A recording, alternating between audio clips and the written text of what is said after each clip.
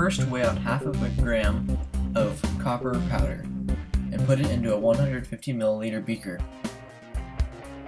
Now add 10 milliliters of 6 molar nitric acid.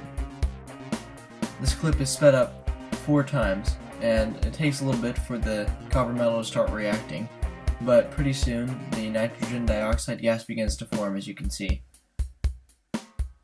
Now it's really getting going. I forgot to video it, but once this is done reacting, you need to dilute it with 10 milliliters of distilled water. You can see the light blue copper nitrate that is formed. Now add 20 milliliters of 6 molar sodium hydroxide to the copper nitrate.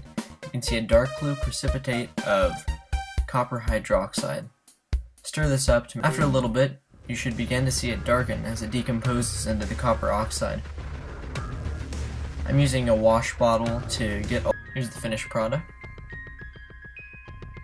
Now I'm going to perform a vacuum filtration to retrieve the copper oxide. Put the Buchner funnel into a 3-prong clamp over a 150 milliliter beaker and slowly add 20 milliliters of 3 molar hydrochloric acid to it. You can mix this up with a stir rod. What's happening is the copper oxide is dissolving into copper chloride. The copper chloride forms a bright green color.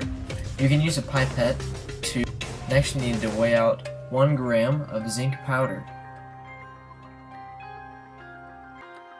Now add this to the copper chloride solution and it should begin to bubble and react. What's happening is the zinc is more active, so it's taking the place of the copper metal and forming this. Oh look, the copper that we started out in the beginning with is right back where we started it with, in the bottom of a 150 milliliter beaker.